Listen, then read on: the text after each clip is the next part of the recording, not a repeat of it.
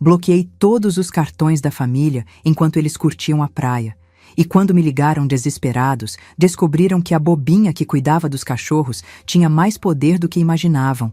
Meu nome é Maria José Silva, tenho 68 anos e nunca pensei que um fim de semana cuidando de 2 labradores seria o momento em que descobriria o plano secreto da minha família para me roubar tudo. Mas às vezes, é preciso que nos tratem como empregada doméstica gratuita para descobrirmos que estão planejando coisas muito piores nas nossas costas. E o que descobri naquela manhã de domingo, olhando para aqueles documentos escondidos na gaveta do meu próprio filho, foi uma traição que jamais imaginei possível. Era domingo, 11 da manhã, quando encontrei os documentos. Não foi por acaso, não foi bisbilhotando. Foi porque Max, o labrador mais velho, havia derrubado um copo d'água em cima da mesa do escritório e eu estava limpando quando vi a pasta meio aberta na gaveta. Uma pasta com o meu nome na capa. Maria José Silva. Documentos importantes. Uma pasta que eu nunca tinha visto na vida, guardada na gaveta do escritório da minha própria casa, a casa onde meu filho Rodrigo morava comigo há 3 anos. Meu coração disparou quando abri e vi o primeiro documento. Era uma procuração, assinada com minha letra, dando poderes totais para Rodrigo vender meus bens. Só que eu não lembrava de ter assinado isso. Continuei lendo e cada página era um soco no estômago. Orçamento de uma casa na praia em Guarujá. Plantas de apartamentos na capital. E o pior, um contrato preliminar de um residencial para terceira idade premium, em São Paulo, com uma reserva já paga de R$15 mil. R$15 mil do dinheiro da minha conta. Ali, sentada no chão da sala com Max e Buddy, olhando para mim preocupados, entendi que não era coincidência eles terem viajado logo agora. Eles tinham saído na sexta de manhã, Rodrigo, de 42 anos, Patrícia, sua esposa de 38 anos, e Dona Carmen, a mãe da Patrícia, para o que chamaram de fim de semana em família na praia. Me deixaram cuidando dos cachorros enquanto eles relaxavam no apartamento da família dela em Guarujá. Mas agora eu sabia a verdade. Eles não foram relaxar. Foram finalizar a compra de uma casa na praia usando o dinheiro da venda da minha casa. A casa onde eu morava, onde havia criado Rodrigo sozinha depois que o pai dele morreu, onde havia trabalhado a vida inteira para pagar cada tijolo. Com as mãos tremendo, continuei fuçando na pasta. Havia mais documentos, mais revelações que me deixaram com náusea. Um laudo médico falso atestando que eu tinha início de demência senil. Um relatório psicológico, também falso, dizendo que eu não tinha mais condições de morar sozinha. E o mais chocante de todos, um documento do cartório mostrando que eles já haviam iniciado o processo para me declarar incapaz civilmente. Meu próprio filho estava tentando me tirar minha capacidade civil para poder roubar tudo que eu tinha. O telefone tocou nesse momento, me fazendo pular do susto. Era Rodrigo, ligando da praia com aquela voz animada de quem não imaginava que seus planos haviam sido descobertos. "Oi, mãe, como estão os meninos? Não deram trabalho, né?" Olhei para Max e Buddy, que estavam deitados no tapete, e respirei fundo. "Estão bem, filho. E vocês? Como está a praia?" "Ah, maravilhosa. O apartamento aqui é incrível. Vista para o mar, piscina. A Dona Carmen está adorando também. A gente estava pensando em ficar até terça, tudo bem? Sei que são só 2 dias a mais, mas está tão gostoso aqui. 2 dias a mais. Mais tempo para eles finalizarem a compra da casa dos meus sonhos deles, enquanto eu seria despejada no asilo que já tinham escolhido para mim. Claro, filho. Fiquem à vontade. Eu cuido dos cachorros." "A senhora é demais, mãe. A Patrícia disse que a senhora vai adorar a surpresa que preparamos para quando voltarmos." Surpresa. Eles iam chegar na terça, anunciando minha nova casa no asilo como se fosse um presente. Como se eu fosse uma criança para quem eles tinham que decidir tudo. Depois de desligar, fiquei ali parada no meio da sala, olhando para a casa que não seria mais minha em poucos dias. Uma casa de 3 quartos no Jardim Chapadão, em Campinas, que eu havia comprado com o suor do meu trabalho como auxiliar de enfermagem durante 30 anos. Rodrigo morava comigo desde que se separou da primeira esposa há 3 anos. Trouxe Patrícia quando ainda namoravam. 1 ano depois, eles se casaram, mas continuaram aqui temporariamente, enquanto juntavam dinheiro para a casa própria. Temporário que virou permanente. Temporário que virou plano de me roubar para eles ficarem com tudo. Eu pagava todas as contas: luz, água, gás, supermercado. Cozinhava, limpava, lavava roupa. Cuidava dos cachorros deles como se fosse obrigação minha. E ainda por cima, eles tinham acesso aos meus cartões para emergências. Emergências como comprar uma casa na praia às minhas custas. Foi aí que tive uma ideia. Uma ideia que cresceu na minha cabeça como fogo se espalhando. Se eles podiam fazer planos pelas minhas costas, eu também podia. Peguei meu celular e liguei para o banco. Alô, gostaria de cancelar todos os cartões da minha conta, agora mesmo. Senhora, posso saber o motivo? Suspeita de uso indevido. Quero cancelar tudo e solicitar novos cartões. Sem problema. Os cartões serão cancelados nos próximos 10 minutos e os novos chegam em 3 dias úteis. Quando desliguei, senti uma sensação estranha. Não era medo, não era raiva, era poder. Pela primeira vez em muito tempo, eu estava tomando uma decisão que ia afetar diretamente quem estava me traindo. Mas isso era só o começo. Peguei os documentos da pasta e fotografei cada um com meu celular. Depois liguei para a única pessoa em quem eu podia confiar. Minha comadre Lourdes. Lourdes, preciso da sua ajuda urgente. Pode vir aqui agora? Claro, Maria. Aconteceu alguma coisa? Descobri que meu filho está tentando me roubar e é pior do que você imagina. Lourdes chegou em 20 minutos. Uma mulher de 65 anos, viúva como eu, que havia sido minha vizinha por 15 anos antes de se mudar para um apartamento no centro. Quando mostrei os documentos, ela ficou pálida. Maria José, isso é criminoso. Eles podem ir presos por isso. Eu sei, mas primeiro preciso me proteger. Eu já tinha dado o primeiro passo, cancelar os cartões. Eles iam tentar usar e descobrir que não funcionavam mais. Segunda de manhã, íamos ao banco e ao cartório descobrir toda a verdade. Mas uma coisa eu já sabia. Na terça, quando eles voltassem, não iam encontrar a mesma Maria José que deixaram para trás. Lourdes perguntou: "O que você vai fazer?" "Vou esperar eles voltarem. E aí, eles vão descobrir que a velha demente que eles queriam internar é muito mais esperta do que imaginavam." Naquela noite, deitada na minha cama, planejei cada movimento. Não ia apenas me defender, ia virar o jogo completamente, porque se eles achavam que podiam me tratar como uma senil incapaz, iam descobrir do jeito mais doloroso possível que se enganaram feio. A guerra havia começado, e pela primeira vez na vida, eu estava preparada para ganhar. Segunda-feira começou cedo. Às 7 da manhã, eu já estava de pé, não conseguia dormir direito desde que descobri os documentos. Lourdes chegou com café e pão, como havíamos combinado, mas eu mal consegui comer. "Vamos ao banco primeiro", ela disse. "Você precisa se proteger antes que seja tarde demais." No banco, a situação era pior do que imaginávamos. A gerente Bruna me explicou que Rodrigo havia tentado transferir R$80 mil na semana passada, praticamente toda a minha poupança. Por sorte, a procuração tinha problemas na assinatura, ela disse. "Pedimos para ele trazer a senhora pessoalmente esta semana. Mudamos todas as senhas, cancelamos todas as autorizações e bloqueamos completamente minha conta. Ninguém mais movimentaria nenhum centavo sem minha presença física." Do banco, fomos ao cartório. Dona Silvia me mostrou o processo de interdição que Rodrigo já havia protocolado. Segundo os documentos, eu estava com demência senil progressiva e precisava de um curador. O curador seria ele, é claro. Se esse processo for aprovado, ela explicou, seu filho assume controle total de todos os seus bens. Voltamos para casa no final da manhã. Eu estava exausta emocionalmente, mas sabia que o pior ainda estava por vir. Lourdes ficou comigo, preparamos um almoço simples e ficamos esperando. Esperando o momento em que eles tentariam usar os cartões que eu havia cancelado. Não demorou muito. Eram 2:30 da tarde quando meu celular tocou. Vi o nome Rodrigo na tela e senti meu coração acelerar. Lourdes me olhou e fez sinal para eu atender. "Alô? Mãe!" A voz do Rodrigo estava desesperada, quase gritando. "Mãe, os cartões não funcionam. Nenhum dos cartões está funcionando." Respirei fundo. Ali estava o momento que eu havia esperado durante todo o fim de semana. "Que cartões, filho?" "Os cartões da sua conta. A gente tentou pagar o almoço aqui no restaurante e deu erro.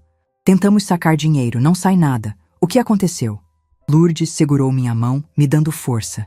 Era hora de falar a verdade. Eu cancelei todos os cartões ontem, Rodrigo. Silêncio absoluto do outro lado. Um silêncio que durou uns 5 segundos eternos. Depois ouvi vozes discutindo, Patrícia perguntando alguma coisa, Dona Carmen falando nervosa. Como assim cancelou? Por quê? Mãe, a gente está aqui sem dinheiro nenhum. Porque descobri os documentos na sua gaveta, filho. Descobri tudo o que vocês estão planejando. Outro silêncio. Este mais pesado, mais tenso. Que documentos? Lourdes me fez um sinal de encorajamento. Era hora de jogar todas as cartas na mesa. A procuração falsa que você forjou com minha assinatura. O processo de interdição que já protocolou no cartório. Os 80 mil reais que tentou roubar da minha conta. O contrato do asilo onde querem me enfiar. Descobri tudo, Rodrigo. Ouvi um barulho, como se ele tivesse derrubado alguma coisa. Vozes alteradas, discussão, Patrícia gritando no fundo, eu falei que ela podia desconfiar. Dona Carmen mandando todo mundo se acalmar. Quando Rodrigo voltou ao telefone, estava chorando. Mãe, não é isso que você está pensando. A gente pode explicar. Explicar o quê? O cronograma que encontrei com a letra da Patrícia planejando semana por semana como me roubar? A lista de problemas a resolver caso eu resistisse? Vocês planejaram até me drogar se fosse preciso. Mãe, por favor, deixa a gente explicar. Não tem explicação, Rodrigo. Vocês me deixaram aqui cuidando dos cachorros enquanto finalizavam os planos para me roubar e me internar à força. Acham que sou uma velha gagá que não entende nada. Ouvi Patrícia pegando o telefone, sua voz histérica.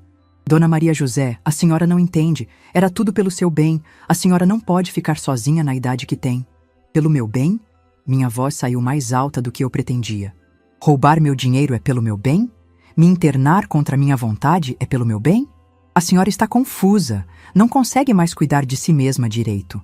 Patrícia, escuta bem o que vou falar. Eu disse, levantando da cadeira. Eu descobri cada detalhe do plano de vocês. Fui ao banco, ao cartório, falei com o advogado. Sei exatamente que crime vocês estão cometendo. Se alguém está confuso aqui, são vocês, que acham que podem me tratar como uma idiota. Patrícia começou a gritar que eu estava sendo injusta, que eles só queriam me proteger. Dona Carmen pegou o telefone. Maria José, você está exagerando. Todo mundo quer o melhor para você. Dona Carmen, eu respondi com uma calma gelada. Todo mundo menos vocês. Porque quem quer o melhor para mim não forja documentos médicos, não tenta me roubar e não planeja me internar à força. Rodrigo voltou ao telefone, a voz embargada. Mãe, como a gente volta para casa? A gente não tem dinheiro. Do mesmo jeito que eu viveria no asilo de vocês, se virando. Mãe, por favor, vocês têm até amanhã para chegar em casa. E quando chegarem, nós vamos ter uma conversa que vocês nunca vão esquecer. Uma conversa onde eu vou decidir se vocês vão para a cadeia ou se vão apenas sair da minha casa para sempre. Desliguei o telefone antes que ele pudesse responder. Lourdes me abraçou forte. Você foi incrível, Maria. Pela primeira vez em dias, eu me senti realmente no controle. Eles estavam descobrindo na pele o que significava ficar sem recursos, exatamente como queriam que eu ficasse. Mas a guerra ainda não havia acabado. Quando eles chegassem em casa, eu estaria esperando. E dessa vez, seria eu quem ditaria as regras. Depois daquele telefonema, a tarde passou devagar como mel escorrendo da colher. Lourdes ficou comigo até umas 5 horas, me ajudando a organizar todos os documentos e me dando força para o que estava por vir. Quando ela foi embora, fiquei sozinha na casa com Max e Buddy, mas pela primeira vez em dias, não me senti sozinha de verdade. Me senti poderosa. Preparei um jantar simples para mim e fiquei na varanda observando a rua. Cada carro que passava me fazia pensar se eram eles voltando. Como teriam conseguido dinheiro para a gasolina? Teriam pedido emprestado para os pais da Patrícia? Ou talvez tivessem que ligar para algum conhecido, passando a humilhação de explicar por que estavam sem um centavo? A ideia me dava uma satisfação amarga. Durante anos eu havia me humilhado para eles, sempre tentando agradar, sempre cedendo, sempre me diminuindo. Agora eram eles que estavam provando do próprio veneno. Por volta das 8 da noite, meu celular vibrou com uma mensagem de Rodrigo. Dizia apenas que conseguiram dinheiro emprestado e chegariam por volta das 10. Não respondi. Que ficassem na expectativa sem saber o que os esperava. Usei esse tempo para me preparar mentalmente. Liguei para minha prima Conceição, a advogada, e confirmei todos os detalhes legais. Ela me disse que com as provas que eu tinha, o processo contra ele seria facilíssimo. Crime contra o idoso, estelionato, falsificação de documento público. Era prisão na certa se eu quisesse levar até o fim. Mas eu ainda não tinha certeza se queria destruir meu próprio filho. Por mais que ele merecesse, por mais que tivesse planejado me destruir primeiro, ainda era o menino que eu havia criado sozinha depois que o pai morreu. O menino que dormia na minha cama quando tinha pesadelo, que eu levava no colo quando estava com febre, que chorava no meu ombro quando se machucava brincando. Onde estava aquele menino? Quando ele havia se transformado num homem capaz de forjar documentos para roubar a própria mãe. Às 10h15 da noite, ouvi o barulho do carro na garagem. Meu coração disparou, mas não era medo. Era uma mistura estranha de tristeza, raiva e determinação. Eles desceram do carro em silêncio, sem as conversas animadas de sempre. Mesmo de longe, dava para perceber o clima pesado. Rodrigo entrou primeiro, com cara de velório. Patrícia vinha atrás, evitando me olhar nos olhos. Dona Carmen foi a última, com aquele jeito altivo de sempre, como se nada tivesse acontecido. Mas eu percebi que até ela estava diferente, menos confiante. Eles se acomodaram na sala como réus, esperando a sentença.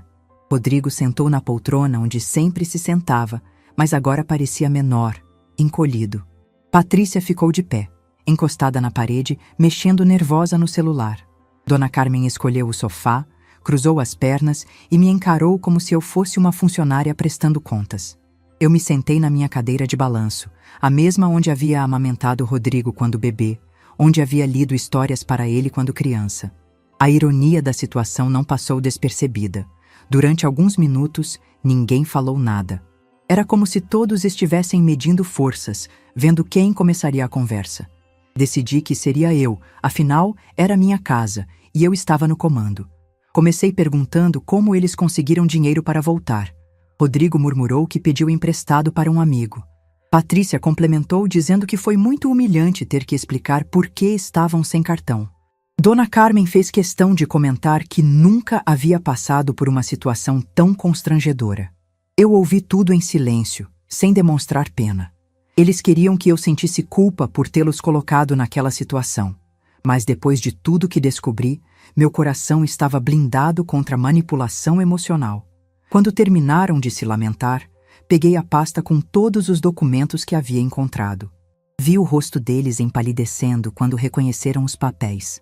Rodrigo tentou explicar que não era o que parecia, que eles só estavam se preparando para um futuro em que eu precisasse de ajuda. Patrícia disse que tudo era pelo meu bem, que mulher da minha idade não podia ficar sozinha numa casa tão grande. Dona Carmen foi mais direta. Disse que eles tinham todo o direito de se preocupar com meu futuro, que era natural filhos cuidarem de pais idosos e que eu estava exagerando na reação. Foi aí que perdi a compostura. Levantei da cadeira e expliquei, ponto por ponto, cada documento que havia encontrado. A procuração falsificada com minha assinatura. O processo de interdição baseado em laudos médicos falsos. A tentativa de roubar R$80 mil da minha conta. O cronograma detalhado de como me internar contra minha vontade. E, principalmente, a lista de problemas a resolver que incluía me drogar se eu resistisse. A cada revelação, eles ficavam mais pálidos. Rodrigo tentava me interromper, querendo explicar cada item, mas eu não deixei. Disse que havia passado o fim de semana inteiro descobrindo a verdade, e agora eles iam ouvir tudo até o fim. Quando terminei, o silêncio voltou a dominar a sala. Mas desta vez era um silêncio pesado, carregado de culpa e vergonha. Principalmente de Rodrigo, que tinha lágrimas nos olhos e parecia ter encolhido ainda mais na poltrona. Patrícia foi a primeira a tentar se defender. Disse que eu estava interpretando tudo errado, que eles nunca fariam mal para mim, que o asilo que escolheram era de primeira qualidade. Dona Carmen concordou, acrescentando que mulheres da minha idade ficavam melhor cuidadas em instituições especializadas, com enfermeiras e médicos por perto. Eu as deixei falar. Deixei elas se enforcarem nas próprias palavras. Quando terminaram, perguntei se elas achavam que eu era burra, se realmente pensavam que eu não entenderia que estavam planejando me roubar. Rodrigo finalmente falou, com a voz embargada. Disse que nunca quis me machucar, que tudo tinha saído de controle, que Patrícia e a sogra o convenceram de que era a melhor saída. Tentou jogar a culpa nas duas, como um menino covarde que aponta para os colegas quando é pego fazendo travessura. Mas eu não era mais a mãe que protegia meu filho de suas próprias consequências. Era uma mulher que havia descoberto que a própria família planejava destruí-la. Expliquei para eles que havia passado o dia consultando advogados e conhecendo meus direitos. Que crime contra idoso dava de 2 a 8 anos de prisão? Que falsificação de documento público era mais 2 a 6 anos? Que estelionato poderia somar mais 5 anos? Vi o desespero tomar conta dos rostos deles quando perceberam que eu não estava blefando. Que não era mais a velhinha ingênua que assinava qualquer papel sem ler. Que eu sabia exatamente quais crimes eles haviam cometido e quais eram as punições. Dona Carmen tentou argumentar que nenhum juiz condenaria filhos que só queriam cuidar da mãe idosa. Eu respondi que talvez ela tivesse razão, se não fosse pela lista manuscrita planejando me drogar. Aquilo transformava cuidado em sequestro e cárcere privado. Foi quando Rodrigo desabou completamente. Começou a chorar como não via desde criança, pedindo perdão, dizendo que havia sido um idiota, que nunca deveria ter escutado as duas. Implorou para eu não chamá-lo de criminoso, disse que não aguentaria ir para a cadeia, que a vida dele seria destruída. Vendo meu filho naquele estado me partiu o coração, não vou mentir. Mas ao mesmo tempo, lembrei de como ele havia planejado destruir minha vida sem pensar 2 vezes. Lembrei do cronograma frio e calculado, da lista de problemas onde eu era tratada como um obstáculo a ser removido. Patrícia e Dona Carmen perceberam que estavam perdendo o controle da situação. Tentaram uma última cartada, dizendo que se eu fizesse escândalo, seria pior para todo mundo. Que os vizinhos iam comentar, que seria vergonhoso para a família, que eu deveria pensar melhor. Foi aí que eu soube que havia recuperado completamente minha força. Disse para elas que quem deveria ter pensado melhor eram elas, antes de planejar me roubar. Que eu não tinha mais vergonha de nada, porque não havia feito nada de errado. Que as únicas pessoas que deveriam estar preocupadas com vergonha eram elas. E então dei meu ultimato. Vocês têm até o final da semana para sair da minha casa, eu disse, olhando diretamente para Rodrigo e Patrícia. Podem levar suas coisas pessoais, mas nada mais. Os cachorros ficam comigo, já que eu cuidei deles melhor que os próprios donos. E se tentarem alguma coisa contra mim, se tentassem forjar mais documentos ou me pressionar de qualquer forma, eu vou direto na delegacia registrar queixa. Dona Carmen se levantou indignada. Maria José, você não pode expulsar seu próprio filho. Posso sim. Esta casa é minha, está no meu nome e eu pago todas as contas. E a senhora, Dona Carmen, pode ir embora agora mesmo. A senhora não mora aqui. O desespero de Rodrigo e Patrícia era palpável. Ele implorou por mais tempo, disse que precisavam se organizar. Ela chorou dizendo que seria muito humilhante ter que voltar para a casa da mãe depois de casada. Dona Carmen, que até então se mantinha altiva, finalmente perdeu a compostura quando percebeu que teria que receber a filha e o genro de volta na sua casa. Mas eu não senti pena. Senti apenas uma tristeza profunda por ter criado um filho capaz daquela traição e um alívio enorme por ter descoberto tudo antes que fosse tarde demais. Quando Rodrigo e Patrícia finalmente subiram para o quarto naquela noite e Dona Carmen foi embora para a casa dela visivelmente abalada, fiquei sozinha na sala com Max e Buddy. Os 2 cachorros pareciam sentir a tensão no ar, ficaram grudados em mim o tempo todo. Era como se soubessem que eu havia me tornado a nova dona deles. Pela primeira vez em semanas, dormi tranquila. Não porque os problemas haviam acabado, mas porque finalmente eu estava no controle da minha própria vida. E isso fazia toda a diferença. Os dias seguintes foram os mais estranhos da minha vida. Rodrigo e Patrícia ficaram na casa como fantasmas, saindo cedo e voltando tarde, evitando qualquer contato comigo. Quando nos encontrávamos na cozinha ou na sala, eles abaixavam a cabeça e passavam direto, como se eu fosse uma estranha. Na verdade, Era exatamente isso que eu havia me tornado para eles. Uma estranha. A mãe bondosa e manipulável que eles conheciam havia morrido no momento em que descobri os documentos. Em seu lugar nasceu uma mulher que eles não sabiam como lidar. Na quinta-feira de manhã, ouvi eles conversando no quarto, em sussurros nervosos. Patrícia chorava baixinho, se lamentando de ter que voltar para a casa da mãe. Rodrigo tentava consolá-la, mas a voz dele soava derrotada. Eles discutiam sobre dinheiro, sobre onde guardar as coisas, sobre como explicar para os conhecidos o que havia acontecido. Eu não senti pena. Era como ouvir estranhos planejando a própria vida. Pessoas que haviam tentado destruir a minha não mereciam minha compaixão. Max e Buddy, por outro lado, pareciam ter se adaptado rapidamente à nova situação. Desde terça-feira, eles me seguiam pela casa como dois guarda-costas peludos. Era como se soubessem que eu era agora oficialmente a dona deles. Rodrigo tentou chamar Max na quinta de manhã, mas o cachorro simplesmente o ignorou e veio se deitar aos meus pés. A humilhação no rosto do meu filho foi visível. Nem os próprios cachorros o respeitavam mais. Na sexta-feira, recebi uma visita inesperada. Era a Dona Sônia, minha vizinha há mais de 10 anos, uma senhora de uns 70 anos que sempre foi muito reservada. Ela tocou a campainha por volta das 2 da tarde, com uma bandeja de brigadeiros na mão. "Maria José, posso conversar com você?" Ela perguntou, claramente constrangida. Sentamos na varanda com café e brigadeiros. Dona Sônia mexia nervosa na xícara antes de começar a falar.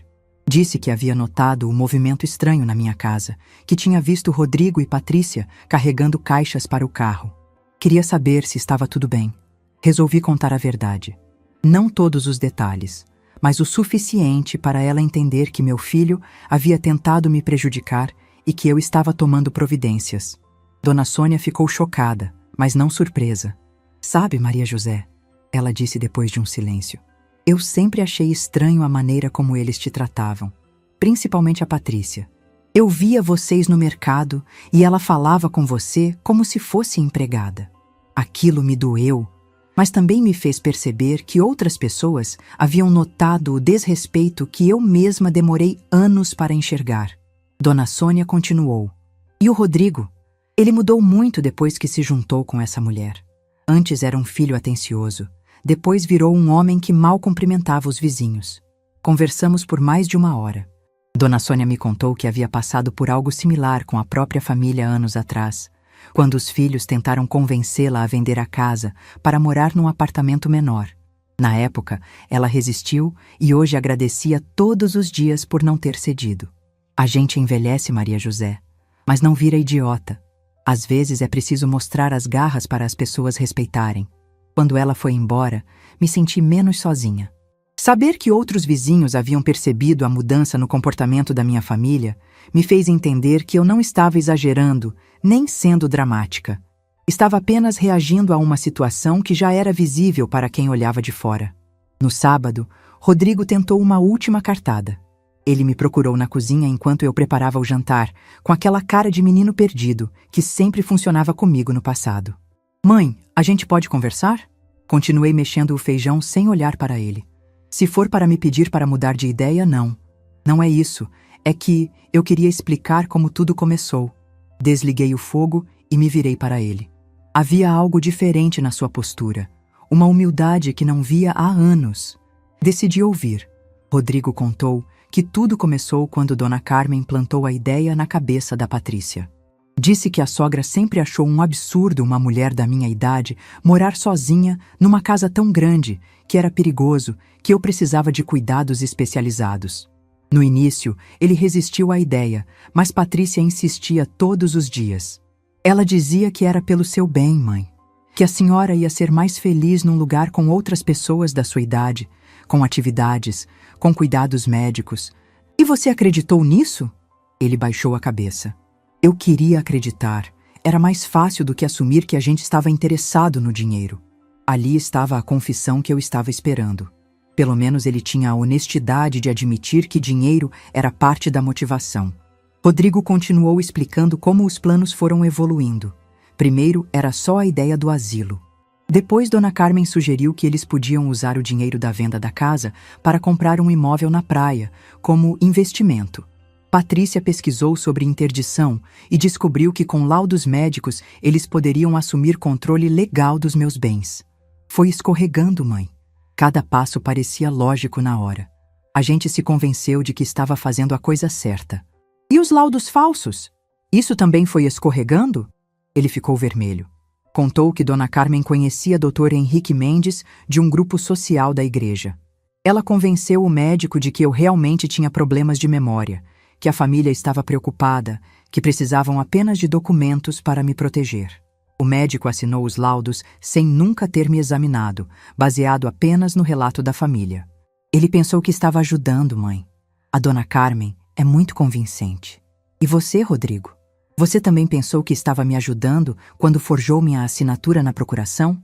Ele não conseguiu responder. Ficou ali parado, mexendo nas mãos, como fazia quando criança depois de aprontar alguma travessura. Mas não era mais uma criança. Era um homem de 42 anos que havia planejado roubar a própria mãe. Mesmo assim, vendo ele daquele jeito, senti uma pontada no coração. Era meu filho, afinal. O menino que eu havia criado sozinha, que dependeu de mim para tudo durante tantos anos. Mas, ao mesmo tempo, lembrei de como ele havia me tratado nos últimos tempos. Como se eu fosse um peso, um problema a ser resolvido. Rodrigo, eu disse sentando na cadeira da mesa. Você sabe qual foi a pior parte de tudo isso? Não, mãe. Não foi o plano de me roubar. Não foram os documentos falsos. Foi descobrir que vocês acham que eu sou uma velha incapaz que não entende nada, que me veem como um estorvo. Ele tentou protestar, mas eu levantei a mão pedindo silêncio. Durante anos, eu me diminuí para agradar vocês. Cozinhava, limpava, pagava contas, cuidava dos cachorros, tudo para me sentir útil. E vocês interpretaram isso como fraqueza, como incapacidade. Mãe, eu nunca pensei que a senhora fosse incapaz. Pensou sim, Rodrigo. Senão não teria acreditado que conseguiria me enganar tão facilmente.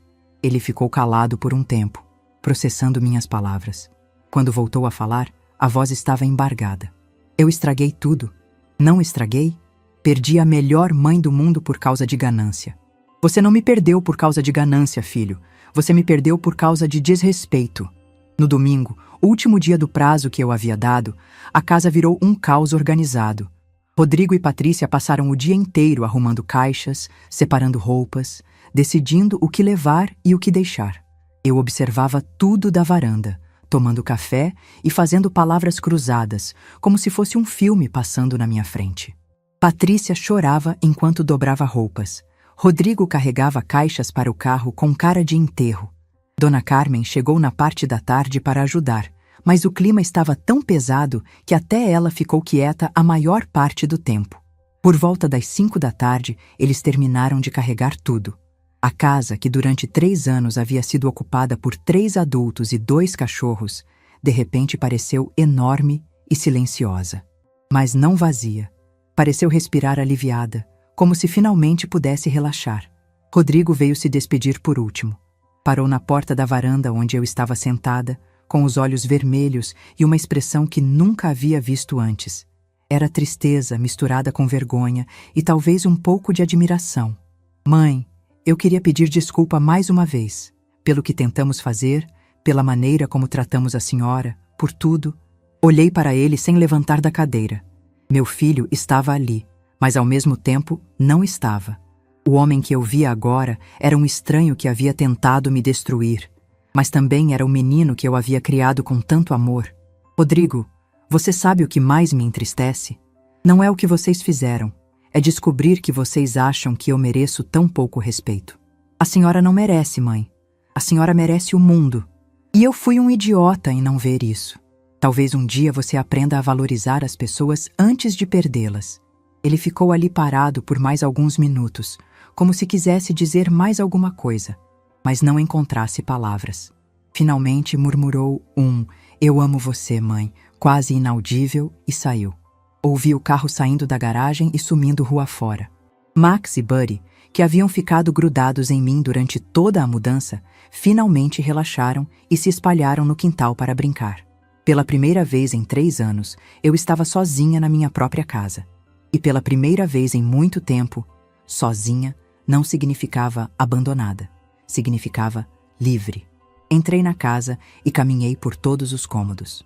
O quarto que Rodrigo e Patrícia ocupavam estava vazio, com apenas as marcas dos móveis no chão.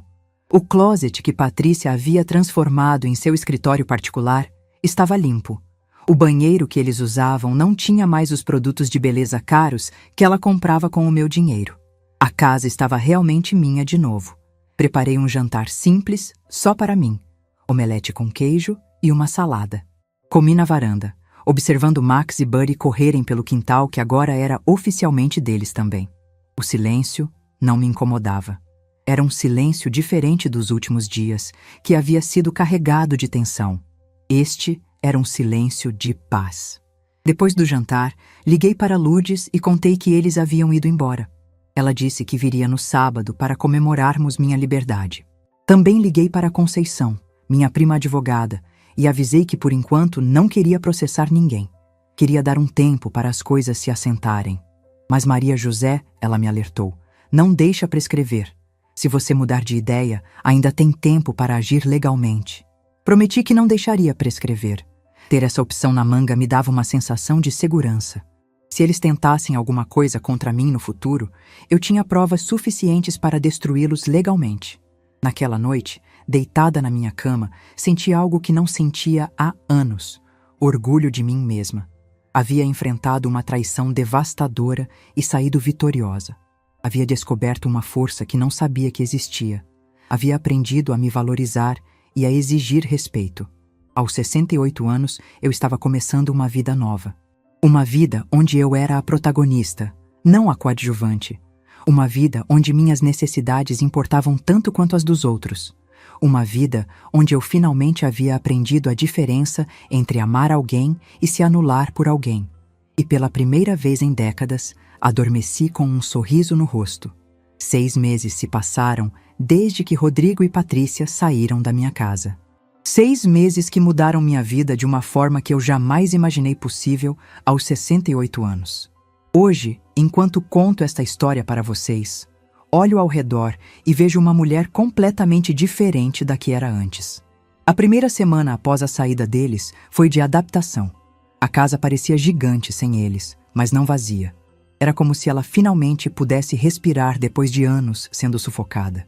Max e Buddy se adaptaram rapidamente à nova rotina. Eles dormiam no meu quarto agora, algo que Patrícia jamais permitiu quando morava aqui. Diziam que era anti-higiênico, que cachorros não deviam subir em camas. Besteira. Meus 2 companheiros peludos me faziam mais companhia e me tratavam com mais carinho do que a família que morou comigo por 3 anos. Lourdes veio me visitar no sábado seguinte, como havia prometido. Trouxe um bolo de chocolate e uma garrafa de espumante para comemorarmos minha libertação, como ela disse. Ficamos na varanda conversando sobre os planos para o futuro. Maria José, você percebeu como está diferente? Ela me perguntou enquanto servia o espumante. Você está com uma energia que eu não via há anos. Era verdade. Eu me sentia mais disposta, mais animada, mais interessada nas coisas ao meu redor. Era como se tivesse acordado de um sono profundo e finalmente estivesse vendo o mundo com clareza. Decidi usar essa energia nova para fazer mudanças na casa. Comecei pelo quarto que era de Rodrigo e Patrícia. Transformei em um escritório, ateliê. Sempre tive vontade de aprender pintura, então comprei tintas, pincéis e telas. Aos 68 anos, me tornei uma pintora iniciante. Meu primeiro quadro foi uma paisagem do quintal visto da janela da cozinha. Não ficou perfeito, mas estava carregado de significado. Era a vista de uma mulher livre pintando sua própria vida. Também reformei o banheiro que eles usavam. Tirei aqueles produtos caros de beleza que Patrícia deixou esquecidos. Na verdade, acho que esperava que eu ligasse pedindo para ela buscar, como uma desculpa para voltar. Nunca liguei.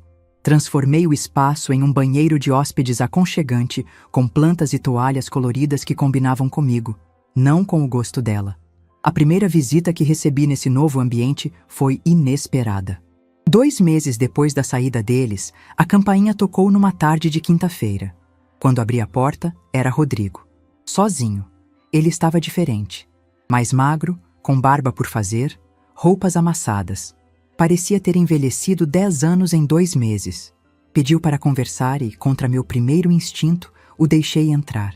Sentamos na sala, ele na poltrona onde sempre se sentava, eu na minha cadeira de balanço. Max e Buddy vieram se posicionar ao meu lado, como 2 seguranças silenciosos. Rodrigo tentou fazer carinho em Max, mas o cachorro o ignorou completamente. "Como você está, mãe?" ele perguntou, e pela primeira vez em anos ouvi carinho genuíno na voz dele. "Muito bem, Rodrigo. Melhor do que estive em muito tempo." Ele olhou ao redor, notando as mudanças na decoração, as plantas novas, os quadros que eu havia pintado nas paredes. "A casa está diferente. Está bonita. Está viva", eu corrigi. Rodrigo me contou como estava a vida dele. Morando na casa de Dona Carmen, havia se tornado um inferno. A sogra o culpava por tudo que havia dado errado. Dizia que a ideia tinha sido toda dele, que ele havia manipulado a filha. Patrícia oscilava entre defendê-lo e culpá-lo também. O ambiente estava tão tóxico que ele mal conseguia ficar em casa. E piorou quando Dona Carmen descobriu que o Dr. Henrique pode ser processado pelos laudos falsos. Ela está desesperada, com medo de ser presa. Interessante como agora eles estavam com medo de prisão. Na época dos planos, não pensaram que eu poderia reagir. Patrícia pediu o divórcio semana passada. Ele continuou com a voz embargada. Disse que não consegue mais me olhar na cara, que eu destruí a família dela. Não senti pena. Senti apenas uma tristeza distante, como quando você ouve sobre a tragédia de um desconhecido. Rodrigo havia feito suas escolhas, agora estava colhendo as consequências. "Por que veio aqui, filho?" "Para pedir perdão de verdade. Não aquele pedido desesperado de quando você descobriu tudo. Um pedido consciente, de alguém que entendeu a gravidade do que fez." Ele chorou então. Não lágrimas de autopiedade, mas de arrependimento genuíno. Disse que havia passado 2 meses analisando cada momento dos últimos 3 anos, tentando entender como chegou ao ponto de trair a própria mãe. "Eu me transformei num homem que você não criou, mãe. Me deixei ser influenciado por pessoas que viam você como obstáculo, não como pessoa. E o pior é que comecei a ver você assim também. Por que você acha que isso aconteceu? Porque era mais fácil. Era mais fácil acreditar que você era incapaz do que assumir que eu estava sendo ganancioso. Era mais fácil pensar que você precisava de cuidados do que aceitar que eu estava te usando." Conversamos por quase 2 horas. Pela primeira vez em anos, tivemos uma conversa honesta, sem manipulação de nenhum dos 2 lados. Rodrigo assumiu completamente a responsabilidade pelo que havia feito. Não tentou colocar a culpa em Patrícia, nem em Dona Carmen, nem nas circunstâncias. "Eu queria pedir uma coisa, mãe. Não para voltar a morar aqui, não para você me perdoar e fingir que nada aconteceu. Queria pedir uma chance de reconstruir nosso relacionamento do zero." "Como?" "Como filho que respeita a mãe, como homem que reconhece a mulher forte que você é, como pessoa que quer aprender a ter um relacionamento saudável com você." Pensei por um tempo antes de responder. Olhei para aquele homem de 42 anos chorando na minha sala e tentei ver o menino que eu havia criado. Ele estava lá, enterrado sob camadas de egoísmo e ganância, mas estava. "Rodrigo, você pode visitar uma vez por mês, sempre avisando antes. Nada de aparecer de surpresa. Nada de pedir dinheiro emprestado. Nada de tentar me convencer de qualquer coisa. Só conversa, como 2 pessoas que estão se conhecendo de novo. Aceito todas as condições. E se você tentar me manipular uma vez que seja, se tentar me convencer de qualquer mudança na minha vida, se desrespeitar qualquer limite que eu colocar, não haverá segunda chance." "Entendo." Ele cumpriu a palavra. Começou a me visitar uma vez por mês, sempre avisando antes, sempre respeitoso. Nas primeiras visitas, ficava pouco tempo, como se temesse ultrapassar algum limite invisível. Com o tempo, as conversas foram ficando mais naturais. Descobri coisas sobre meu filho que eu não sabia. Que ele sempre teve inveja da relação que eu tinha com meu marido, que se sentia inadequado como homem, que se casou com Patrícia mais por conveniência do que por amor, que passou anos se sentindo como um fracassado que dependia da mãe. "Eu transformei minha gratidão por você em ressentimento", ele me confessou numa das visitas. "Porque era mais fácil te culpar por minha dependência do que assumir minha responsabilidade de crescer. Também descobri coisas sobre mim mesma nessas conversas. Que eu havia sido controladora disfarçando de cuidado, que facilitei a dependência dele porque me sentia útil sendo necessária, que por medo de perdê-lo, permiti que ele não crescesse emocionalmente. Nós dois erramos, mãe. Você deixando, eu abusando, mas você pelo menos teve a coragem de parar o ciclo. 6 meses depois da primeira visita dele, Rodrigo chegou com uma novidade. Havia conseguido um emprego numa empresa de informática em São Paulo. Ia se mudar para um apartamento pequeno, começar uma vida nova longe de Campinas e das influências tóxicas. Preciso aprender a ser um homem independente antes de tentar ser filho de novo. No dia da mudança dele, fiz algo que não fazia há anos. Preparei marmitas para ele levar. Não porque ele pediu, não porque me sentia obrigada, mas porque quis. Era meu jeito de dizer que torcia por ele, mesmo depois de tudo. Obrigado, mãe. Por tudo. Por ter me ensinado que ações têm consequências. Por não ter desistido completamente de mim. Por me mostrar como é uma pessoa com dignidade. Hoje, 6 meses depois de toda essa história começar, minha vida é completamente diferente. Tenho uma rotina que me satisfaz, atividades que me estimulam, relacionamentos saudáveis. Comecei a frequentar um grupo de pintura para a terceira idade. Conheci outras mulheres com histórias similares à minha. Filhos que tentaram controlar suas vidas, famílias que as viam como fardo em vez de pessoas. Descobri que minha história não era única, mas minha reação foi: a maioria de nós aceita e sofre em silêncio, me disse Dona Conceição, uma senhora de 72 anos que conheci no grupo. Você teve coragem de reagir. Isso inspirou todas nós. Virei uma espécie de conselheira informal no grupo. Mulheres vêm me contar suas situações familiares, pedir conselhos sobre como lidar com filhos manipuladores ou netos desrespeitosos. Sempre digo a mesma coisa: respeito se exige, não se implora. Max e Buddy estão imensos e felizes. O quintal que antes era território de passagem virou parque de diversões deles. Construí uma casinha grande para eles, com almofadas fofas e brinquedos. Vizinhos comentam que nunca viram cachorros tão bem cuidados. Eles têm sorte de ter encontrado você, disse Dona Sônia outro dia. Na verdade, eu que tive sorte de encontrar eles. Me ensinaram que lealdade e carinho não dependem de sangue. Rodrigo me liga toda semana de São Paulo. Conta como está o trabalho novo, como está aprendendo a cuidar da própria vida, como está fazendo terapia para entender os padrões de comportamento que o levaram àquela situação. Não menciona mais voltar para Campinas ou morar comigo novamente. Entendeu que nossa relação agora é de adultos independentes, não de filho dependente e mãe provedora. Patrícia tentou me procurar uma vez, alguns meses atrás. Queria esclarecer mal-entendidos e reestabelecer a harmonia familiar.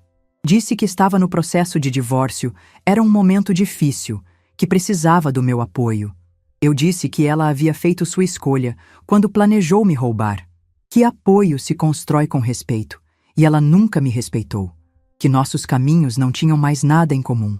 Ela saiu chorando, dizendo que eu estava sendo rancorosa. Talvez estivesse mesmo. Mas havia aprendido que perdoar não significa aceitar novamente na minha vida quem já me traiu. Dona Carmen nunca mais apareceu. Soube por comentários de vizinhos que ela anda muito nervosa, com medo de ser processada pelos documentos falsos, que Dr. Henrique foi denunciado ao Conselho de Medicina e pode perder o diploma, que a situação toda virou escândalo no círculo social dela. Às vezes sinto pena. Às vezes penso que talvez devesse esquecer tudo e seguir em frente. Mas então lembro do cronograma manuscrito planejando minha internação forçada, da lista prevendo me drogar se eu resistisse, e sei que fiz a escolha certa. Algumas traições são imperdoáveis, não por rancor, mas por amor próprio. Hoje, enquanto termino de contar essa história para vocês, estou sentada na varanda vendo Max e Buddy brincarem no quintal.